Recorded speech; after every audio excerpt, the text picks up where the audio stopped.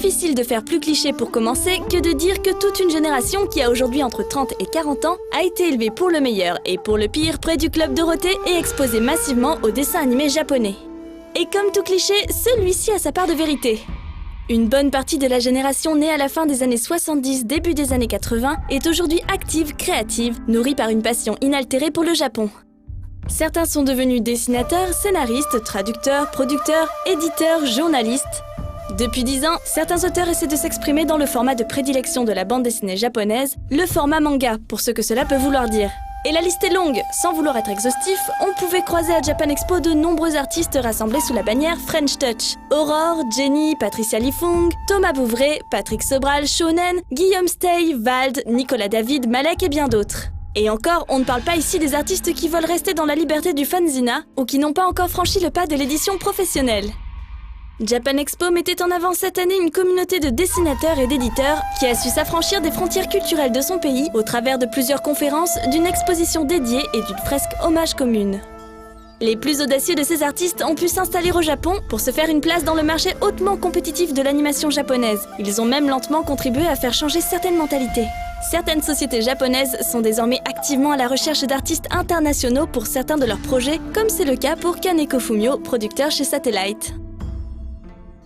日本人のクリエイターも、才能のあるクリエイターたちと一緒に仕事をしたいと思っています。でもっと、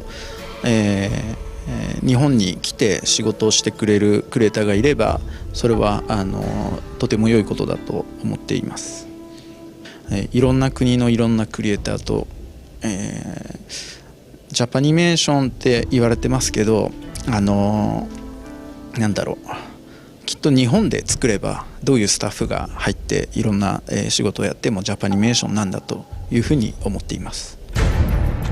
Katsuka reviendra en détail un peu plus tard sur le projet Furan Sujin Connection, mené entre autres par Thomas Romain, Stanislas Brunet qui travaille également au studio Satellite et Eddie Meong.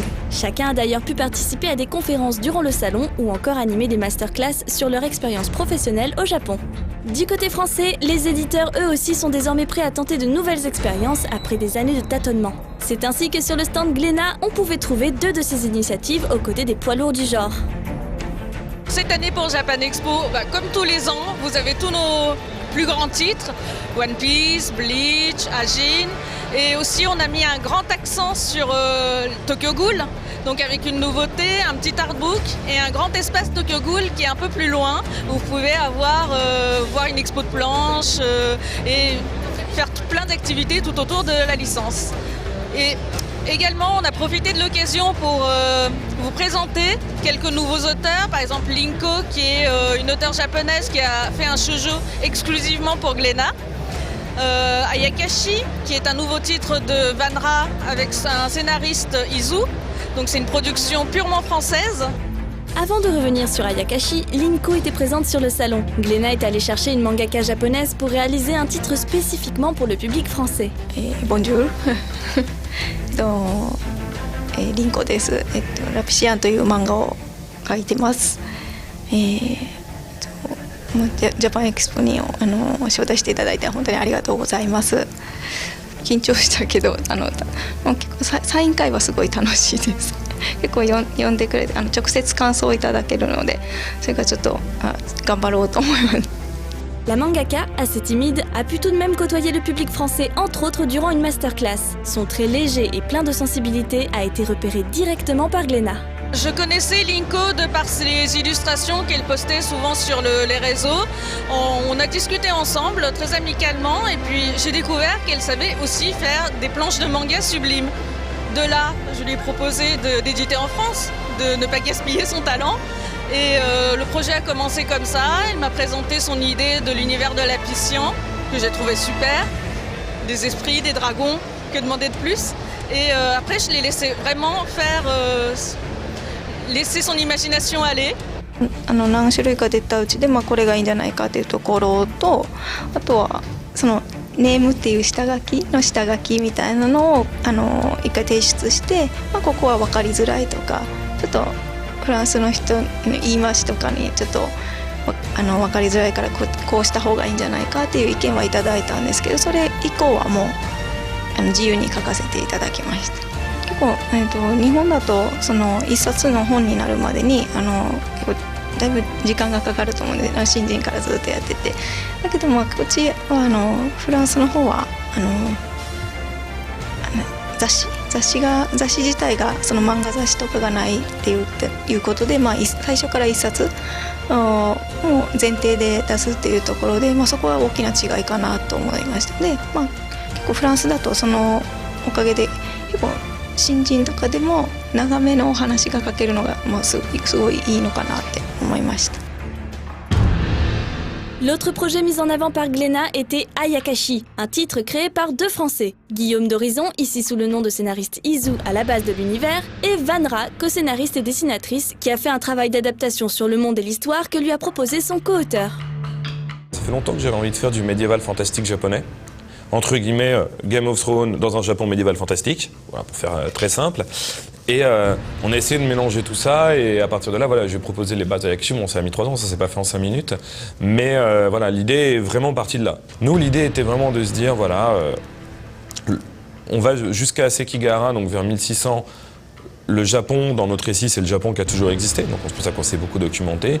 Et nous, on place une uchronie en 1600. On dit, voilà, les Toyotomi ont pris l'avantage contre les Tokugawa, ce qui fait que les Tokugawa n'ont pas, 15 ans plus tard, installé le shogunat, etc. Donc on renverse l'histoire du Japon, et on part d'une hypothèse, qu'est-ce qui se serait vraiment passé si les Tokugawa n'avaient pas pris l'avantage de Sekigahara. C'est ma façon particulière d'écrire, c'est-à-dire de partir du réel, partir de l'histoire réelle et de l'amplifier, que ce soit dans le fantastique ou la science-fiction, en partant de bases réelles, mais qu'on va exagérer. Les gens savent vers quoi on va, et ça, c'est un style d'écriture que, généralement, n'emploient pas les mangaka, tout simplement. Donc c'est du manga japonais, mais avec un apport de façon à l'écrire plus occidentale. Le projet a mis plusieurs années à se développer et à se mettre en place, un temps qui aura permis à chacun de trouver un compromis qui permettait à l'autre de travailler de manière épanouissante, sans compter les nombreux projets supplémentaires sur lesquels il travaille en parallèle. Et à la base, comme je suis une auteure qui est complète, qui fait à la fois toujours ses scénarios et sa mise en page comme les dessins à l'intérieur de ses séries, moi j'ai pas réussi à m'adapter, puisque pour moi on n'avait pas forcément la même visée de la mise en scène. C'est qu'on a fait un compromis sur le fait que lui serait l'auteur de l'idée originale, puisque le projet vient de lui. Et sans lui, il n'existerait pas. Et puis, il me laissait carte blanche pour mettre en scène, finalement, son idée originale. Donc il fallait que moi, je me mette en retrait, que je lui livre ce qu'on appelle l'histoire, c'est-à-dire l'étape d'un séquencier. D'accord ? Un séquencier n'est pas détaillé page par page, donc ne détaille pas la narration. C'est voilà ce qui se passe, voilà, séquence par séquence, chapitre par chapitre, mais pas page par page, case par case, donc pas dialogue. Et à partir de là, Vanra va s'approprier ce séquencier et va le traduire en manga avec ses textes, c'est pour ça qu'elle est en scénariste du récit, comme elle a envie de le traduire. C'est une collaboration qui était une première pour moi, c'est nouveau et c'est assez rigolo. Pour de nombreux auteurs japonais, faire un album en couleur de 46 pages en grand format est généralement une marque de prestige. A l'inverse, cela fait un moment que de nombreux auteurs français veulent faire des albums en noir et blanc, à la narration dynamique et à la pagination conséquente. Et c'est alors qu'un léger problème d'identité qui dure depuis une dizaine d'années survient pour définir ces objets métissés. Chaque auteur a sa manière de concevoir ce qu'il fait, à commencer par Renaud Lemaire, un des vétérans de cette hybridation qui fêtait cette année sur le stand Pika les 10 ans de sa série Dreamland.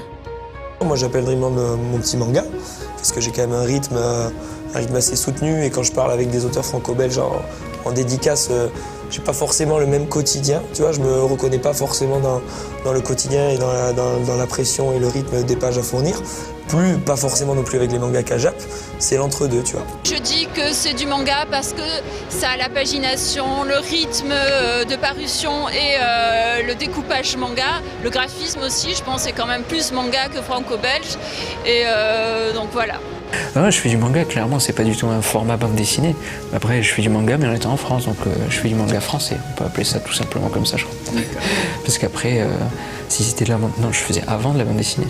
Mais bizarrement, quand je faisais la bande dessinée, on me disait tu fais du manga, sauf que c'était 46 pages, c'était en couleur, la narration n'est pas du tout la même et tout. C'est toujours un peu dur de pouvoir se réduire dans des cases. En gros, je me considère comme auteur-réalisateur. Plus je fais de la bande dessinée, plus je me sens auteur de bande dessinée, parce que tu as un vrai rythme, tu es obligé de faire une page par jour, tu es obligé de penser tout en cases et tout. Mais à la base, je me considère comme un réalisateur, dans le sens où je storyboard, je réfléchis en valeur de plan, On fait partie d'une génération qui avons beaucoup mangé du Japon et qu'on a envie de le partager, mais entre nous. Et si je fais un manga, c'est pas pour les Français. Si c'est pour les Français, c'est pas pour les Japonais. C'est ça que je veux dire. Chacun a donc sa façon de définir son travail. Le salon, pour sa part, les avait tous rassemblés sous l'appellation French Touch. Il est sûrement rassurant pour les auteurs de découvrir qu'ils ne sont désormais plus seuls et qu'il existe bien une vraie communauté partageant à peu près une même vision. Mais plutôt que de se torturer les méninges à essayer de trouver un néologisme ou une définition parfaite, parfois les expressions les plus simples sont les plus efficaces. Moi j'appellerais ça du manga de création. Aujourd'hui le phénomène c'est pas que des éditeurs font du manga avec des Français. Le phénomène c'est que des éditeurs ils avaient compris depuis longtemps, mais pour des raisons multiples, ils ne le faisaient pas, sans doute économiques. L'avantage du manga de création, c'est-à-dire de prendre des auteurs, de ne pas faire de la traduction, ce n'est pas de l'achat de droits à des ayants droit japonais, c'est de prendre des auteurs et de faire de la création. La réalité, c'est que c'est surtout les éditeurs français qui tentent ce genre d'expérience, parce que les éditeurs français de manga sont beaucoup plus puissants que nos compatriotes européens, parce que le marché est plus puissant en France. Et donc, comme ce sont les éditeurs français qui font ce genre d'expérience, généralement, ils vont aller vers les auteurs français qui sont plus proches d'eux. Peu importe le pays, en fait, ce qui est intéressant, c'est que les éditeurs, enfin, font du travail avec des auteurs et sont plus simplement acheteurs de droits, en fait. Même s'il faut respecter le métier, parce qu'on est bien content de lire ces mangas japonais. Il y a 10 ans de cela, Renaud Lemaire a essuyé les plâtres de l'édition d'un de ses mangas de création. Conscient de ses erreurs, il est tout de même toujours présent avec la même énergie en 2016. Il y a 10 ans, c'était trop tôt. C'était clairement, tu le vois, hein, j'étais pas prêt graphiquement quand on voit l'évolution. Donc du coup, c'est plus que... c'était un test il y a 10 ans, il y en a qui ne s'en sont pas relevés, on voit qu'il y en a beaucoup qui ont essayé. Et donc le public n'était pas encore prêt, donc Pika a voulu tester, c'était clairement du test. Il y a 10 ans, se présenter et faire 200 pages en 7-8 mois, ça faisait peur. Moi, comme je suis pas quelqu'un qui est du monde de la franco-belge, je suis pas du fanzina, tu vois, je dessinais tout seul dans ma chambre, je suis pas quelqu'un qui se pose trop de questions. Donc j'y suis allé, voilà, je suis allé au charbon, ça c'est sûr, je me suis bien fait laminer, sans comprendre pourquoi, mais au moins ça a permis, c'est ma naïveté qui a fait que j'y suis allé et que j'ai continué, tu vois.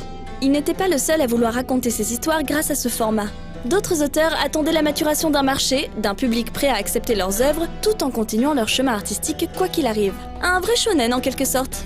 Quand j'ai commencé à travailler en tant qu'auteur de bande dessinée, c'était il y a plus de 12 ans.